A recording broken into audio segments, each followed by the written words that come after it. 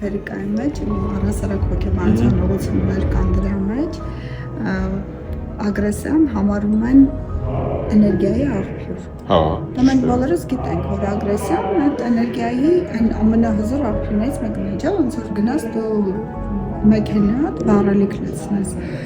Ընդ որում, այն մարդիկ, ովքեր այդ ագրեսիան թաքցնում են կամ ինչ-որ հոգևոր նկրտումներից ելնելով, ասենք, այդ ագրեսիան վերաձևակերպում են սիրո էներգիայի, ես դեմ չեմ սիրո էներգիայի, դու գիտես դրա մասին չի խոսքը, իրենք ավելի մեծ վնաս են տալիս իրենց օրգանիզմին,